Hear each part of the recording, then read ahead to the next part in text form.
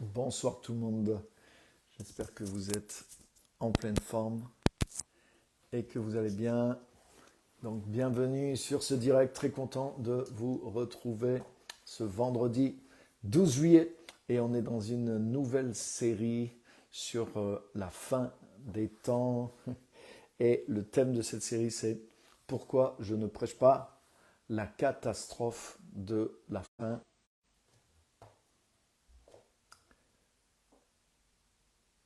Donc bienvenue tout le monde, bienvenue pour ceux qui arrivent et ceux qui vont nous rejoindre plus tard. Bienvenue sur ce live et cette nouvelle série. Donc c'est l'épisode 2 aujourd'hui de cette série. Donc j'espère que le son est bon. J'essaye avec le micro, voir si c'est meilleur encore. Ouais, j'essaie de vous donner une bonne image, un bon son et un bon contenu. Bienvenue Christiane, tu es la première.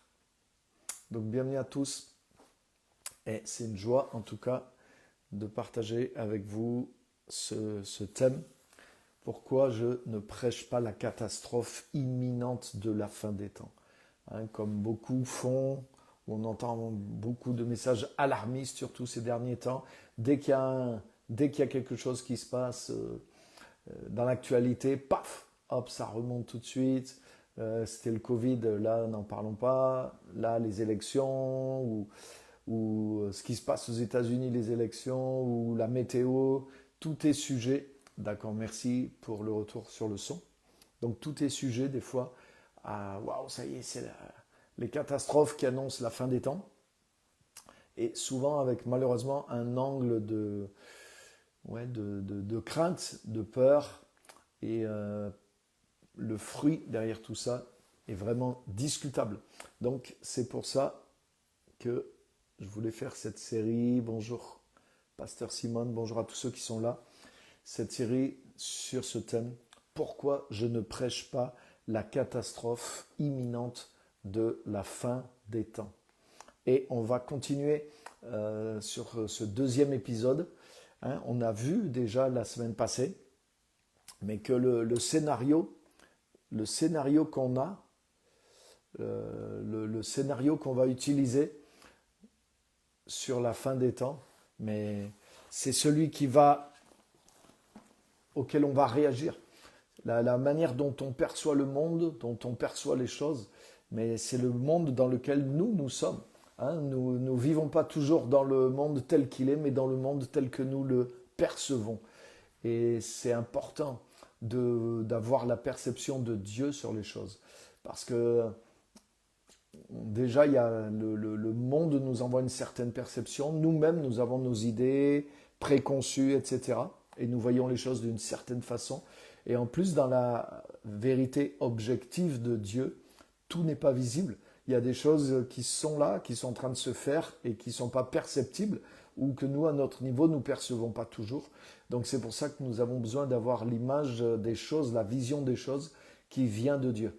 Et c'est pour ça que je veux parler vraiment avec vous de ce thème, parce que c'est tellement important. Pourquoi je ne prêche pas la catastrophe imminente de la fin des temps? Donc, on va voir qu'est-ce qu'il en est. C'est quoi la fin des temps? Dans la Bible, c'est quoi la fin des temps? Est-ce que c'est la catastrophe? Est-ce que c'est le repli? Est-ce que c'est, voilà, là, il faut avoir peur, il faut prier, il faut rester dans nos églises, il faut faire des réserves de nourriture, il faut s'enfermer, il faut voter pour tel ou tel ou tel, la sécurité.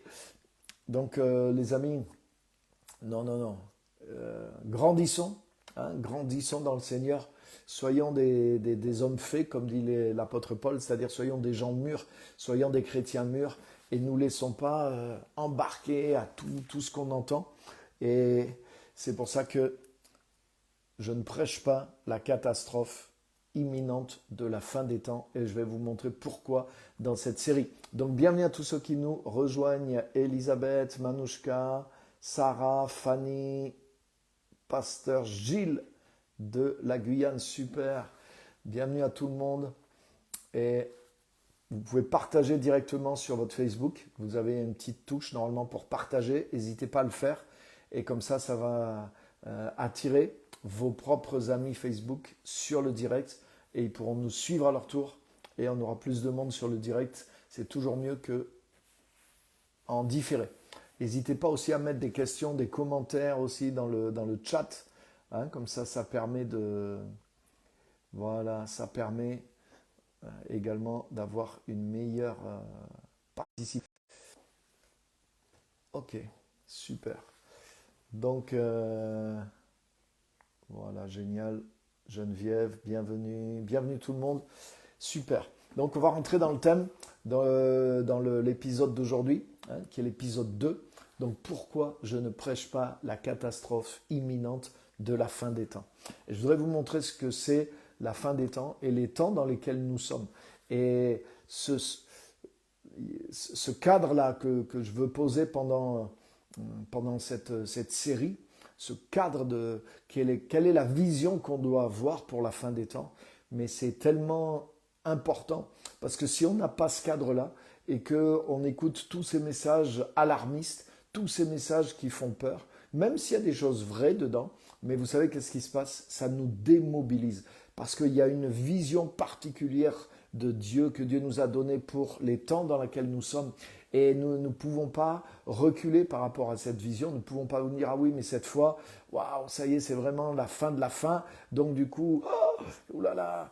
Non, au contraire. Le vrai message, le vrai positionnement que Dieu veut qu'on ait, parce que nous sommes dans les temps de la fin, mais c'est ce qui nous permet d'être actifs, de porter du fruit et de conquérir du terrain pour Jésus-Christ. Donc tout message qui nous fait peur, tout message qui nous fait reculer, tout message qui nous met dans le doute, tout message qui nous fait nous replier sur soi-même, est-ce que je suis assez prêt, est-ce que je suis assez saint, est-ce que je prie beaucoup? Est-ce que je jeûne assez? Est-ce que mon église est assez bien? Est-ce qu'on est assez sanctifié? Est-ce que si Jésus revient, je vais être pris? Est-ce que, tu vois, moi, tout ça encore, tous ces messages-là, mais souvent, ça nous ramène encore sur nous-mêmes, ça nous amène sur un repli sur nous-mêmes, et c'est pas du tout le positionnement que le Seigneur veut qu'on ait, au contraire. Donc je vais vous montrer des choses, la vision profonde biblique, la base sur laquelle nous sommes dans les temps de la fin et sur laquelle nous devons opérer et nous tenir et ne pas laisser ça être renversé par des événements ou par des alarmes ou par des choses. Mais si on est encore plus dans la fin des temps qu'on pense, gloire à Dieu, mais sachons dans quelle position Dieu veut qu'on soit parce qu'on est dans les temps de la fin. Donc, on va lire un passage aujourd'hui, un passage clé dans Hébreux, chapitre 1er. Et j'ai tellement de choses à vous dire, tellement de choses merveilleuses. Il y a tellement de choses extraordinaires dans la parole. Donc, bienvenue à tous ceux qui nous ont rejoints encore. Super, Marie-Noël, bienvenue tout le monde. N'hésitez pas à partager, comme je disais, comme ça, vos amis vont nous rejoindre. Ça appelle les autres. Donc Hébreux chapitre 1er, verset 1er, je vous le lis dans la NBS. Après avoir autrefois, regardez bien, après avoir autrefois, à bien des reprises et de bien des manières, parlé au Père par les prophètes, Dieu nous a parlé en ces jours qui sont les derniers. Wow. Donc pas dans ces siècles, pas dans ce millénaire, en ces jours qui sont les derniers, par un fils, littéralement dans un fils, en un fils, qu'il a constitué héritier de tout et par qui il a fait les mondes. Ce fils qui est le rayonnement de sa gloire et l'expression de sa réalité même, soutient tout par sa parole puissante. Après avoir fait la purification des péchés, il s'est assis à la droite de la majesté dans les hauteurs, devenu d'autant supérieur aux anges qu'il a hérité un nom plus remarquable que le leur. Ça, c'est juste l'introduction de l'Épître aux Hébreux. Et quelle introduction! Et déjà, il y a tellement de choses dedans.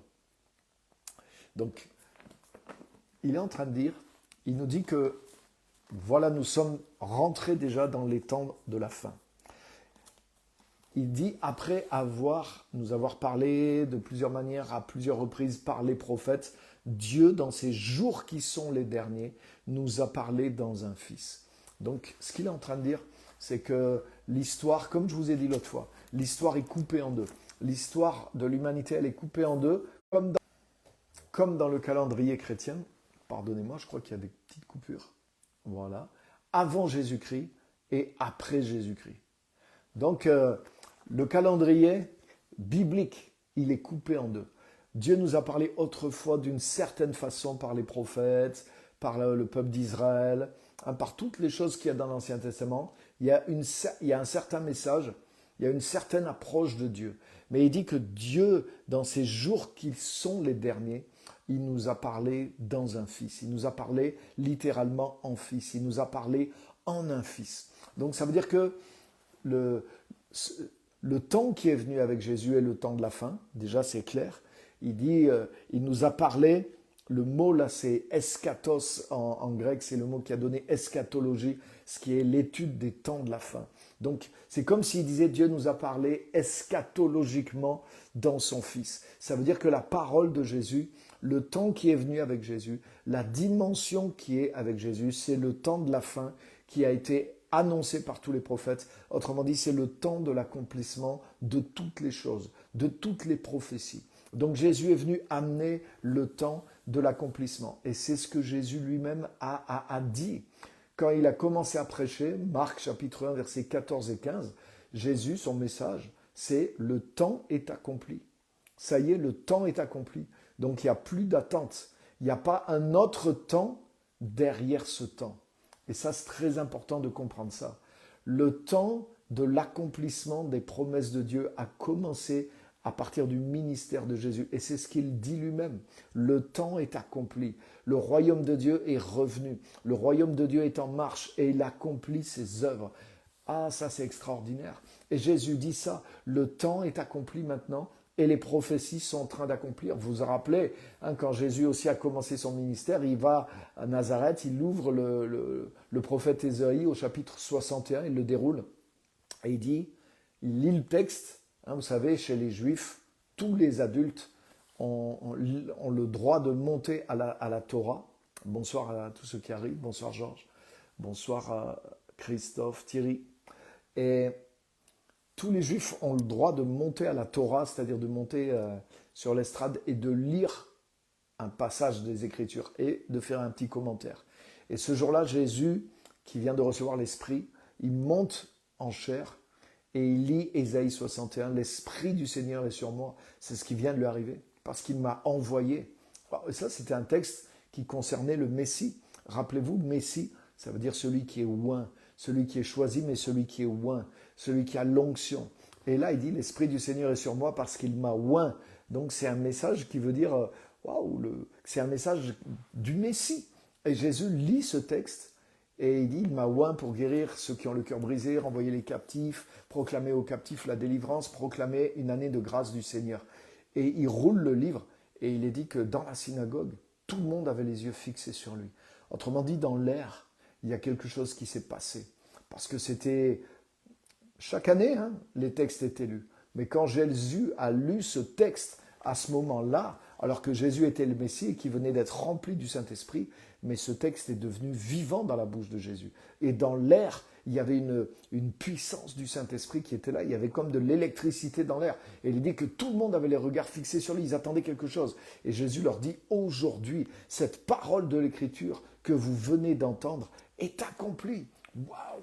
Donc ça veut dire que Jésus est venu amener l'accomplissement de prophéties qui étaient en attente depuis des siècles, depuis des centaines d'années, depuis même, en réalité, avant même la création du monde. Il le dit aussi, c'est une prophétie où il est dit « J'ouvrirai ma bouche en parabole, je publierai des secrets qui étaient cachés depuis la fondation du monde. » Et Jésus a accompli aussi cette parabole. Donc, Jésus est arrivé et le temps qui a commencé avec Jésus, c'est le temps de la fin. Il y a avant Jésus, c'est ce qu'on vient de voir. Avant, Dieu a parlé de plusieurs manières par les prophètes, mais d'une manière qui n'était pas définitive, d'une manière qui annonçait les choses, mais d'une manière qui n'accomplissait pas les choses. Mais dans ces jours qui sont les derniers, Dieu nous a parlé dans un Fils. Et ce Fils, il n'est pas simplement un messager, mais ce Fils, il est la parole lui-même. Et c'est ça la différence avec Jésus. Jésus n'est pas juste un autre messager. Jésus, il est la parole même, la parole qui a créé le monde. Mais cette parole s'est fait homme et elle est rentrée dans le monde. Pourquoi faire? Pour créer une autre réalité. Elle n'est pas une parole de plus, elle n'est pas une parole pour nous dire « Ah oui, cette fois, c'est vraiment les temps de la fin ». Elle est une parole d'accomplissement de toutes les paroles qui ont précédé. Elle est l'accomplissement de toutes les prophètes. Et c'est pour ça qu'il dit que dans ces jours qui sont les derniers, Dieu nous a parlé en un Fils. Donc le message du Fils est le dernier message, parce que c'est l'accomplissement de tous les messages, parce que ce n'est pas simplement un message, mais c'est la réalité nouvelle que le Fils, qui n'est pas juste le porteur d'un message, mais qui est la parole créatrice de Dieu lui-même, qui rentre dans le monde pour amener une nouvelle réalité, et surtout une nouvelle réalité pour l'humanité. Mais c'est ça, le temps de la fin dans lequel nous sommes rentrés. Et le temps de la fin dans lequel nous sommes, c'est le temps du Fils. Dieu nous a parlé en Fils. Littéralement, le texte, il dit en grec, il nous a parlé dans un Fils, dans Fils. Et j'ai lu plusieurs commentaires, plusieurs notes sur plusieurs Bibles, et il y en a un qui m'intéresse particulièrement, et il dit le fait que l'auteur, c'est-à-dire le Saint-Esprit, dans ce verset, il n'a pas mis l'article défini, c'est-à-dire Dieu nous a parlé dans le Fils, non, Dieu nous a parlé en Fils, Dieu nous a parlé en un Fils.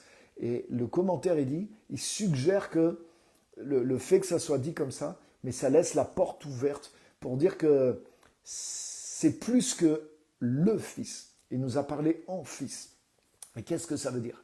Ça veut dire que le temps de la fin, dans lequel nous sommes, qui a commencé avec Jésus, le premier Fils, c'est le temps des fils et des filles de Dieu.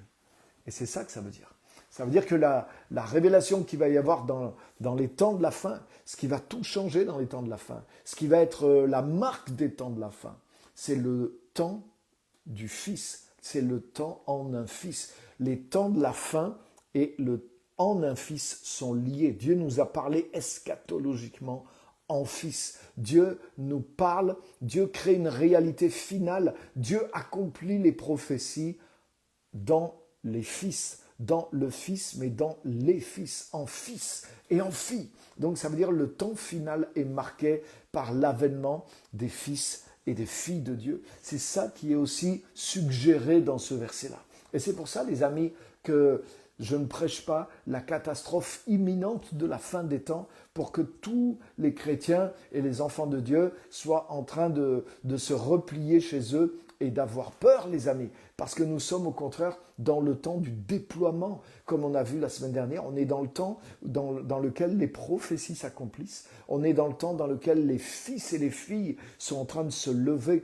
On est dans un temps de réveil spirituel. On n'est pas dans un temps de s'éteindre. On n'est pas dans un temps dans lequel Satan va dominer sur nous, sur la terre et sur les chrétiens. C'est complètement impossible, les amis, parce que Jésus est venu ramener la domination aux fils et aux filles de Dieu. Le temps de la fin, c'est le temps du royaume, c'est le temps où Jésus récupère la couronne que Satan avait volée à Adam, et Jésus rend cette couronne à ceux qui deviennent des fils et des filles de Dieu et qui ont la supériorité sur les œuvres de l'adversaire, sur les œuvres des ténèbres. Et Jésus leur rend la couronne une fois pour toutes. Donc les temps de la fin, c'est pas des temps de catastrophe, c'est pas des temps de l'antéchrist, c'est pas les temps où le diable va écraser tout le monde et va nous dominer et où les chrétiens vont se faire décapiter. Donc il faut vite qu'ils aillent se cacher avant de se faire attraper. C'est pas le temps où une partie simplement de l'église va être enlevée et les autres vont peut-être être laissés. C'est pas le temps où toutes les catastrophes tombent sur la terre et que même les chrétiens sont disséminés, écrasés, tués, massacrés, et que l'adversaire les pourchasse comme du gibier jusqu'au dernier. C'est absolument pas ça du tout la vision de la fin des temps. Oui, il y a des persécutions contre les chrétiens, ça c'est sûr, mais c'est pas nouveau. Et ça ne veut pas dire que les chrétiens sont en position d'infériorité. Ça ne veut pas dire qu'ils ne dominent pas, les amis. Parce que dès que l'évangile a commencé, dès que Jésus a été arrêté, mais la persécution à Jérusalem a été forte. Mais vous allez voir, on le verra dans un des épisodes, mais du temps et du vivant des apôtres, ils ont retourné eux-mêmes la ville entière de Jérusalem. Donc malgré qu'ils ont été persécutés, vraiment, malgré qu'ils ont été persécutés et que plusieurs sont morts à Jérusalem, mais le réveil que les apôtres ont produit a réveillé la ville entière de Jérusalem. Et une grande majorité de cette ville a été gagnée. Et les sacrificateurs et les pharisiens qui étaient contre Jésus et contre les apôtres, c'est écrit, on le lira, je vais vous les montrer, les textes dans les Actes, c'est écrit qu'une grande foule de sacrificateurs s'est mis à obéir à la foi. Donc la persécution ne signifie pas que la domination est dans le camp de l'ennemi, mais vous allez voir au contraire qu'à chaque fois qu'il y a eu la persécution, mais ça a manifesté, les enfants de Dieu ont manifesté encore plus la domination et le temps des fils qui est dans leurs mains avec l'évangile. Donc le temps dans lequel on est, c'est le temps dans lequel c'est nous qui avons le bâton d'autorité. C'est le temps dans lequel les cartes sont entre nos mains. C'est pas dans le temps dans lequel nous devons avoir peur que l'ennemi arrive avec un gourdin et que nous devons nous cacher. C'est le temps dans lequel c'est nous qui avons l'initiative. C'est pas nous qui sommes chassés, mais c'est nous qui sommes les chasseurs. Comme Jésus a dit à Simon, il lui a dit, je te donne, et il l'a dit à l'Église, je vous donne les clés du royaume des cieux et les portes de la mort, de l'enfer, le camp de l'ennemi ne pourra pas prévaloir contre vous, ne pourra pas résister contre vous. Et la manière dont Jésus décrit les choses, il donne l'initiative à l'Église et il lui dit d'avancer et il dit que les portes de l'ennemi ne pourront pas résister devant vous. Autrement dit, dans la scène que Jésus est en train de décrire, qui est la scène qui va se dérouler de façon croissante jusqu'à la fin du temps de la fin, si on peut dire comme ça. Mais c'est une situation dans laquelle l'Église a l'offensive, dans laquelle les enfants de Dieu ont les clés du royaume, l'autorité, la puissance du royaume, et dans lesquelles c'est l'ennemi qui se retranche, c'est l'ennemi qui est obligé de reculer, c'est lui qui est sur la défensive, et malgré qu'il est dans son bastion sur la défense, ses forteresses vont voler en éclats, et il ne peut pas résister aux assauts de l'Église de Christ. C'est ça que Jésus est en train de parler dans Matthieu 16. Il n'est pas en train de dire l'Église doit résister dans un bunker aux assauts de l'ennemi, mais c'est l'ennemi qui essaye de résister dans un bunker aux assauts de l'Église et il ne peut pas résister parce que l'Église a les clés du royaume. Donc le royaume de la lumière triomphe du royaume des ténèbres. Ça, c'est le scénario que Jésus est venu planter pour les temps de la fin. Et malgré qu'il ait annoncé, oui, il a annoncé qu'il y aura des persécutions, qu'on nous persécutera, que beaucoup vont mourir, que beaucoup seront trahis, etc. Mais ça ne change pas ce scénario. C'est-à-dire que la royauté est revenue, le royaume est dans les mains des enfants de Dieu et que leur mission de faire des nations entières des disciples, elle a commencé. Et il dit même que cette bonne nouvelle du royaume sera prêchée dans toutes les nations et c'est alors que viendra la fin. Donc les amis, le scénario que Jésus a planté et dans lequel nous sommes, c'est le scénario dans lequel Dieu nous a parlé en fils, dans lequel Dieu lève dans les temps de la fin les fils et les filles, le scénario dans lequel l'autorité est dans nos mains, l'initiative est dans nos mains, l'action est dans nos mains, l'autorité est dans nos mains et c'est à nous d'aller de l'avant, c'est à nous de conquérir, c'est à nous de travailler, c'est à nous de parler, c'est à nous de chasser les démons, c'est à nous de prier pour les malades, c'est à nous d'annoncer l'évangile, c'est à nous de faire reculer le mal, c'est à nous de lutter contre tout ce qui s'oppose au royaume de Dieu, contre l'injustice, contre la pauvreté, contre le manque, contre les abus, contre les menteurs, contre tous les systèmes corrompus, contre la corruption, etc., etc., etc., etc. Et dans tous les domaines de la vie et de la société. Le temps de la fin, c'est le temps des fils et des filles. C'est le temps dans lequel les fils et les filles doivent se lever, agir en pleine foi, en pleine autorité et justement ramener le règne de Dieu à prendre le dessus et à influencer le monde, les structures, les âmes, les cœurs, mais aussi les sociétés. Pas d'une façon religieuse, mais que la justice, la vérité, la droiture, l'honnêteté, toutes les valeurs du royaume, mais reprennent le dessus dans le monde. Et c'est ça, les amis, le temps dans lequel on est. Waouh! Donc vous voyez, ça n'a rien à voir avec toutes sortes de choses qu'on entend. Et tous les messages là, c'est pour ça que le thème de cette série, voilà pourquoi je ne prêche pas la catastrophe imminente de la fin des temps. Parce que la fin des temps, l'accent n'est pas sur la catastrophe, même s'il doit y avoir des catastrophes, mais il y en a depuis le début des temps.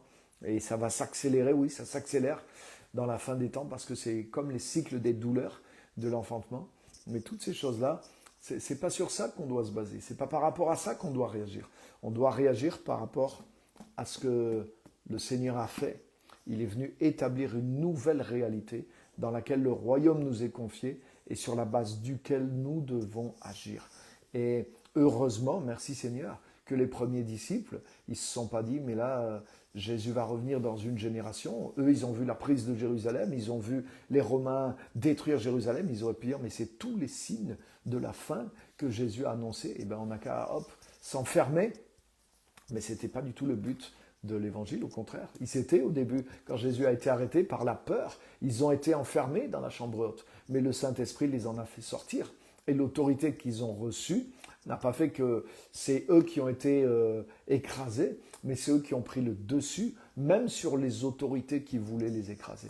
Et c'est ce temps dans lequel nous sommes, dans lequel l'autorité nous est donnée, la puissance, mais nous devons sortir de nos craintes, nous devons sortir de nos ghettos, nous devons sortir de nos peurs, nous devons sortir de cette parano de la société, des institutions qui nous entourent, que les gens ne veulent pas l'évangile, de la peur d'annoncer l'évangile, de la peur de nous afficher en tant que chrétiens, de la peur de prendre une position publique en tant qu'Église, en tant que chrétien, sur différents sujets, etc., etc., etc., dans la société, dans la politique, d'afficher nos valeurs, d'avoir la sagesse, mais d'avoir cette autorité et cette audace d'agir et de prendre les choses en main parce que nous avons l'autorité pour agir et pour intervenir.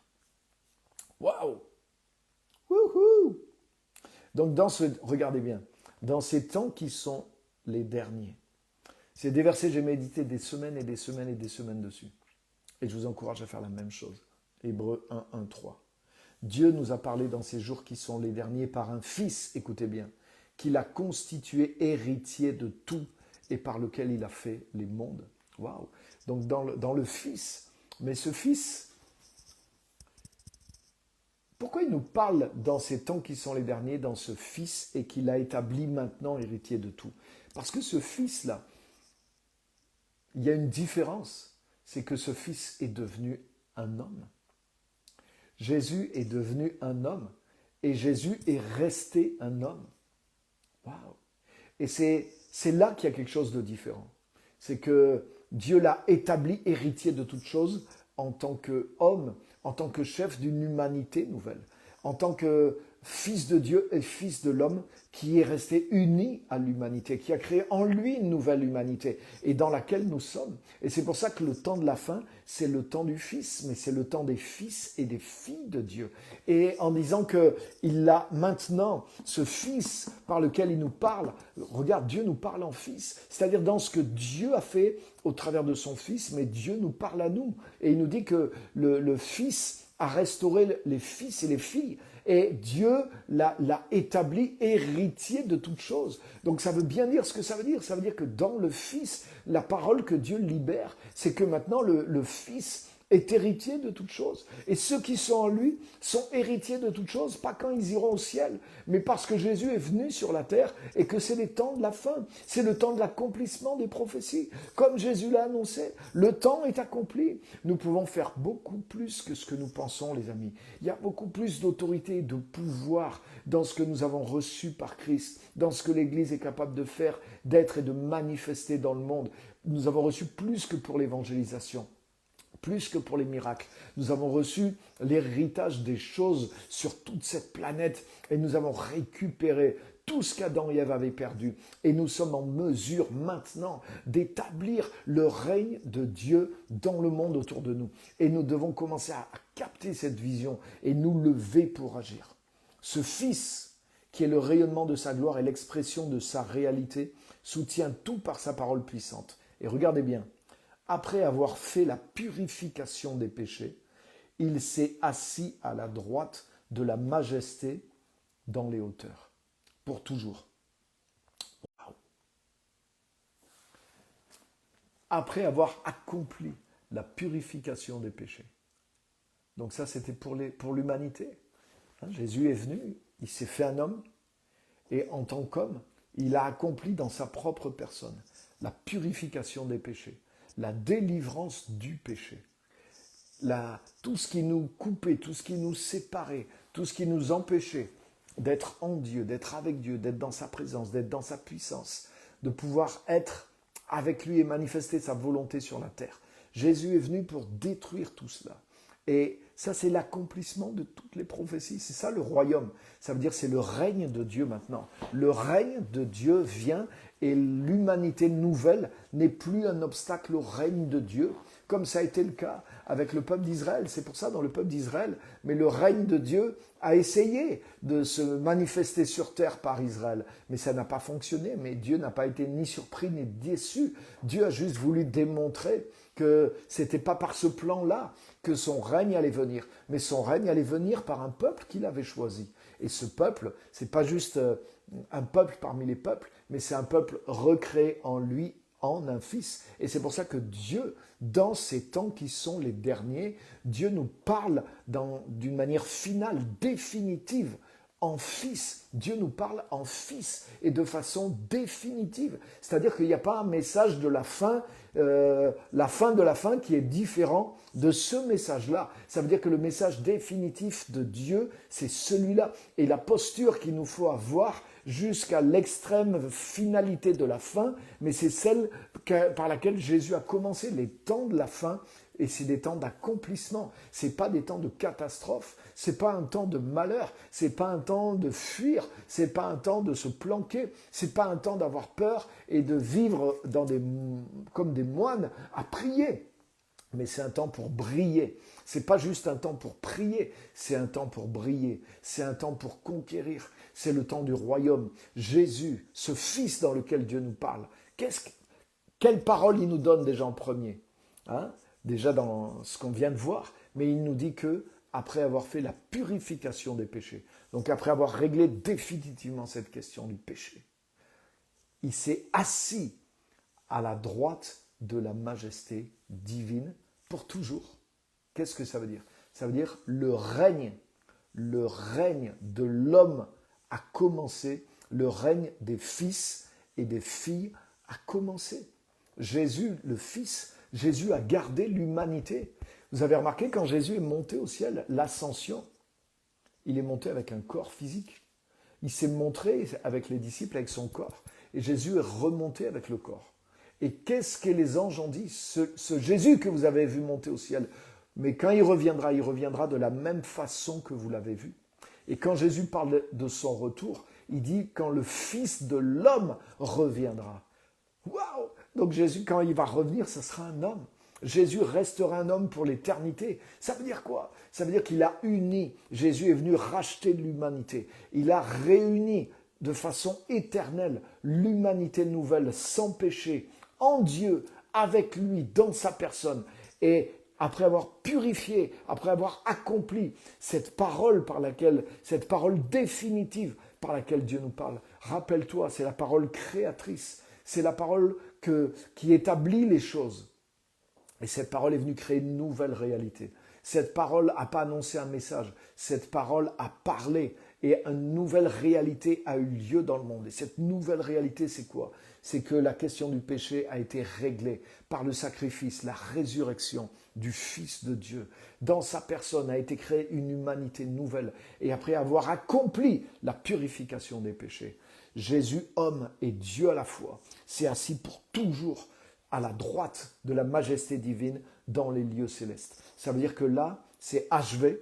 Tout ce qui empêchait le règne de l'homme en Dieu a été détruit une fois pour toutes et que maintenant, Christ en tant qu'homme et Dieu à la fois, il s'est assis pour toujours à la droite de Dieu, qui est la position du règne et de l'autorité. Donc ça veut dire que le règne des fils et des filles de Dieu en Jésus a commencé à partir de ce moment-là sur la terre. Et ça, c'est le temps de la fin, les amis. C'est le temps dans lequel Dieu nous a parlé en un fils. Autrement dit, ça veut dire que maintenant, ça veut dire que maintenant, et jusqu'à ton dernier souffle, jusqu'à mon dernier souffle, la chose la plus importante, mais c'est de vivre à partir de cette réalité. C'est ça la réalité de la fin, à partir de laquelle il faut vivre. Ça veut dire que le règne des fils et des filles de Dieu est à l'œuvre sur la terre et que nous devons capter cette autorité, cette puissance et travailler à la manifester pour ramener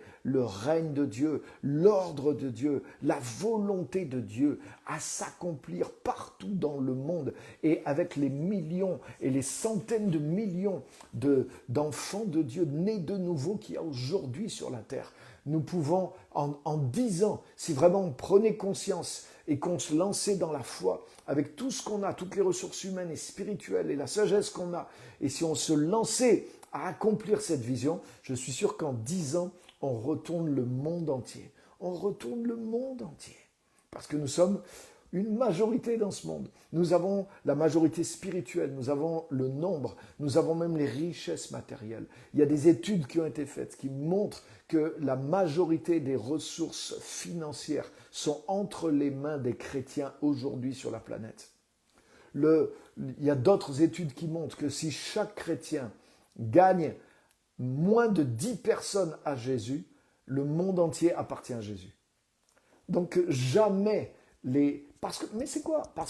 Mais c'est ça la réalité. La réalité, c'est pas que l'antéchrist arrive. La réalité, c'est pas que les chrétiens sont rien du tout, qui vont se faire écraser et qu'il faut avoir peur parce qu'il pleut au mois de juillet en France ou parce que les élections sont bizarres ou que le président est bizarre.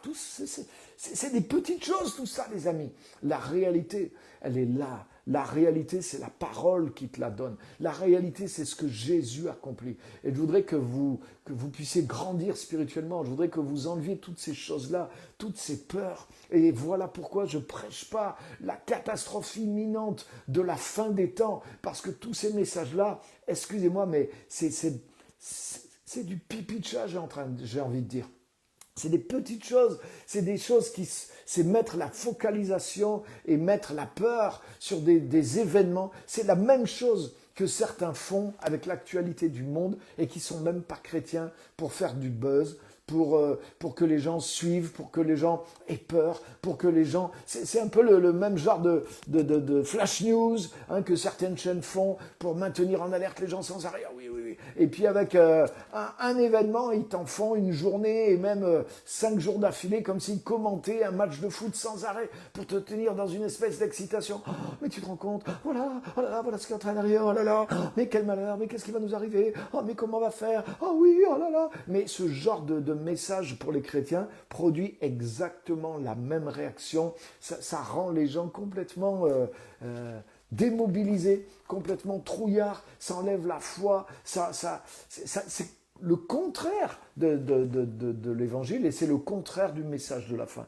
Donc les amis, je voudrais que vous ayez de la maturité, je voudrais que vous vous dégagiez de tous ces trucs alarmistes et que vous ayez le discernement pour vous rendre compte que tout ça, mais c'est faux. Moi, ça fait 40 ans que je suis chrétien et je vous dis la vérité, même avant Internet, ça fait 40 ans que j'entends les mêmes trucs, que c'est nous, à l'époque, ils ont inventé le code barre. Vous savez, pour faire les prix, les codes barres. Maintenant, même sur les livres, par exemple, tous les produits, voilà, il y a des codes barres. Bon, là, j'ai pas sur les CD, tous les produits au marché, vous avez les codes barres et la caissière, cling, cling, scanne le code barre. Personne trouve ça bizarre. Mais quand ça a commencé, il y a 35 ans, mais il y avait des chrétiens pour dire c'est le chiffre de la bête. Et si tu additionnes toutes les lettres des codes barres, ça fait 666, c'est le chiffre de la bête. Ouais. Alors qu'est-ce qu'on fait? Il faut plus aller au supermarché, il faut plus faire ses courses, ça veut dire faire ses courses c'est diabolique. Au secours, qu'est-ce qui nous arrive? C'est le chiffre de la bête, dans mon petit carrefour, dans mon petit supermarché de mon coin. Oh là là, j'ai peur, au secours, Jésus, viens nous sauver. Mais ça produit quoi ce genre de truc? Et honnêtement, c'est de la vanité totale. Et aujourd'hui, mais Tout le monde s'en fout. Et aujourd'hui, ouais, la puce existe déjà, il y en a certaines qui ont la puce sous la peau. Mais moi, il y a 40 ans, ça existait déjà. Il y a 40 ans, ça existait. Il y avait, il y avait déjà des reportages pour dire oui, ça existe, il y en a qui mettent la puce sur la peau, ils peuvent accéder à des trucs et tout ça. Ouais, c'est la preuve que quoi.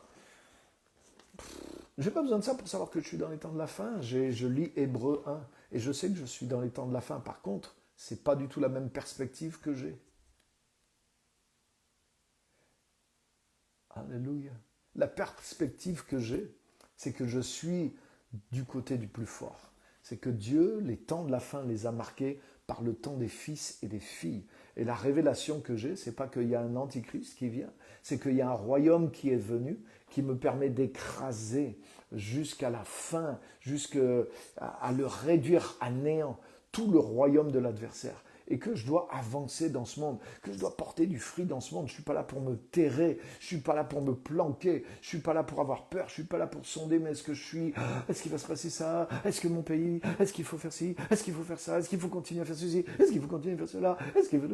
Non, c'est pas cette réaction que ça produit en moi. Ce que ça produit en moi, c'est la motivation, c'est la mobilisation, c'est la foi pour me déployer, pour libérer cette autorité, cette puissance par la foi, pour lever des leaders, pour lever des chrétiens, pour lever des projets, pour lever une mobilisation. Si les chrétiens se mettent à évangéliser, en 5 ans, le monde entier peut être évangélisé. Et je vous garantis, moi je suis relié à plusieurs mouvements là, qui sont en train de viser tout ça. Il y a des chrétiens qui sont en train de travailler pour qu'en 2033, toute la terre soit évangélisée, toute la terre soit évangélisée.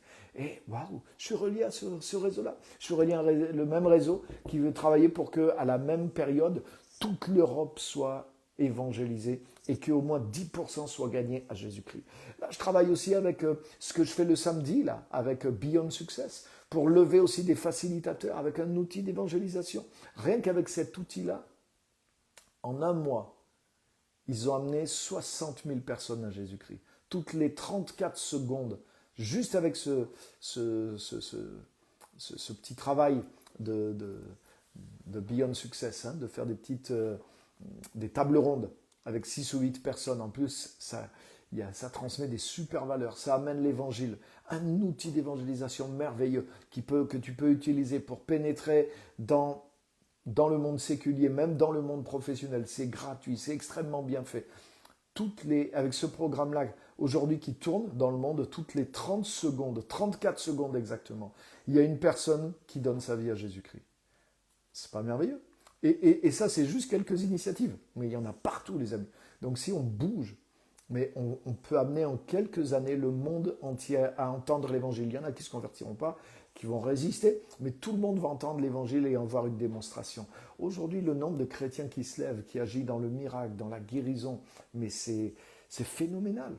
Donc, il ne se passe pas une semaine sans que nous n'ayons pas des témoignages de guérison dans l'Église.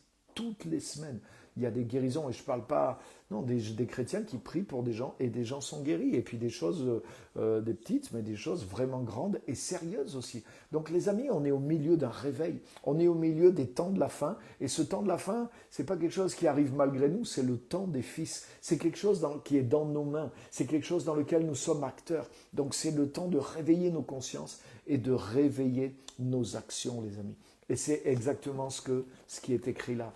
Après avoir accompli, Dieu nous a parlé dans ces derniers temps en un fils qu'il a établi héritier de toutes choses, c'est fait.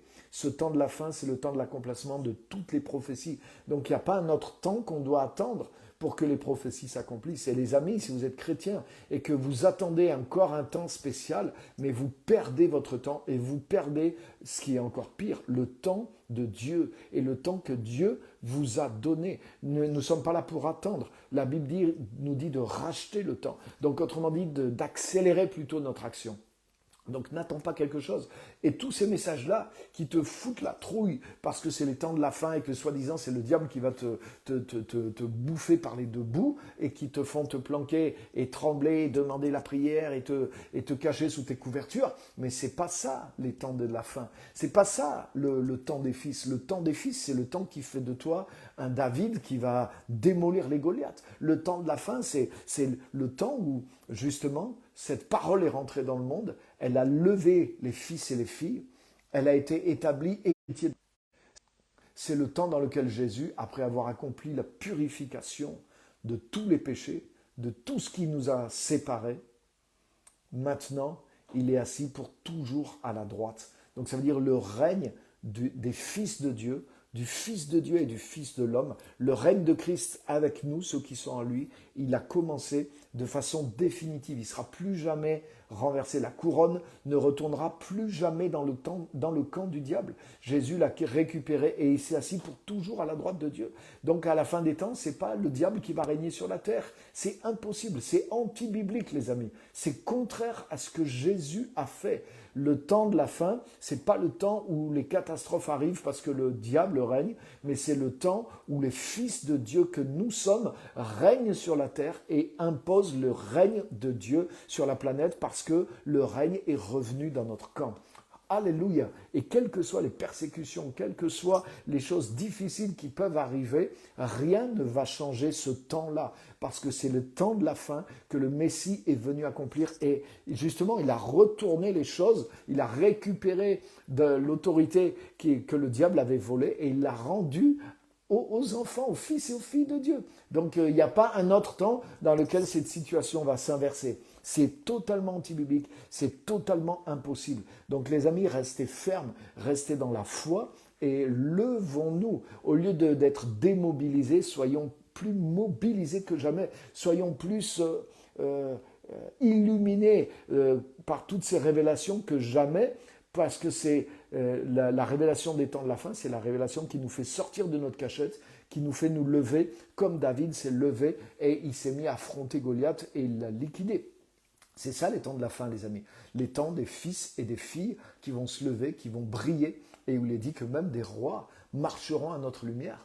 Il est dit que l'Église est une ville située sur une montagne, et qu'à la fin des temps, mais la maison de l'Éternel sera sur une telle montagne que toutes les nations afflueront et voudront entendre la parole de l'Éternel, l'influence de la maison de Dieu. Il y aura une telle lumière, il y aura une telle manifestation de valeur, de gloire, d'amour, de sagesse, de vérité, que les nations vont venir chercher cette sagesse, comme ça a été du temps de Salomon. Ça, c'est une des manifestations de l'Église et des fils dans la fin des temps. Vous la trouvez dans Ésaïe, chapitre 2, également dans le prophète Michée.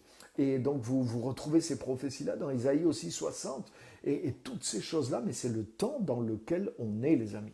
Donc, waouh, voilà une bonne raison pour laquelle je ne prêche pas la catastrophe imminente de la fin des temps.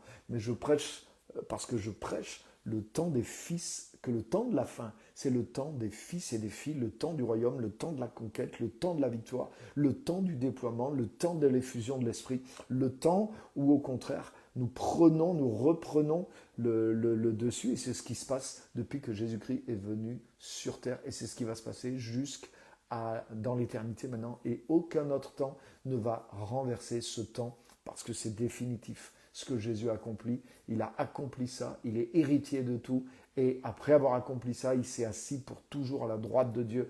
Donc il a confirmé l'éternité de son règne en tant que fils de Dieu et de fils d'homme, et c'est ce qui se poursuit au travers de toi et moi. Donc le temps dans lequel on est, c'est pas le temps d'avoir peur, mais c'est de se lever et d'aller de l'avant. Waouh! Voilà les amis. Donc je voudrais que quand vous allez entendre tout ce genre de messages là, bizarres et alarmistes, écoutez pas ça les amis. Sortez de tous ces trucs-là. Je vous dis toutes ces choses-là, soit c'est carrément faux, ou soit c'est à l'envers, et c'est pas l'effet recherché par Dieu qui est produit, et c'est de peu de valeur. Et ça va rien vous apporter, ou pas grand-chose. Donc les amis, rappelez-vous de ces choses-là. Voilà le message des temps de la fin, et voilà à quoi ça doit nous amener. Et c'est là-dedans qu'on est engagé et qu'on travaille. Ouh!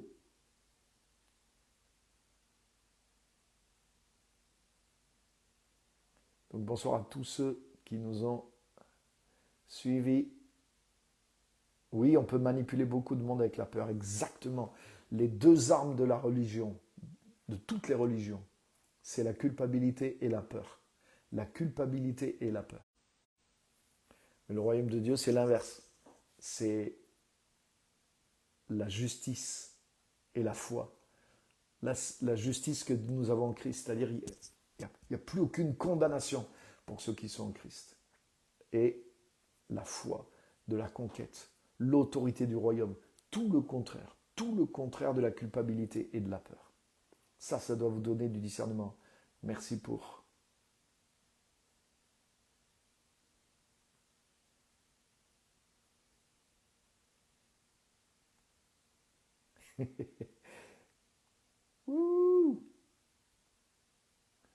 Ouais, merci Emmanuel. Jésus qui dit sorti du milieu de. Ouais, quittez ces messages-là de crainte, de culpabilité. Super. Ok. Donc merci à tous. Regardez les commentaires. Que Dieu vous bénisse. Merci de partager ce message. Si tu penses que ce message va faire du bien à d'autres, ben partage-le. Partage-le sur ton mur, partage-le sur WhatsApp ou whatever, où tu veux. Mais partagez le message parce que je pense qu'on entend malheureusement beaucoup d'autres messages qui sont contre-productifs. Donc si tu crois dans ce message, ben partage-le. Et merci à tous d'avoir été là, d'avoir suivi et de partager. Merci, que Dieu vous bénisse et à la semaine prochaine pour l'épisode numéro 3. Bye. Bon week-end à vous.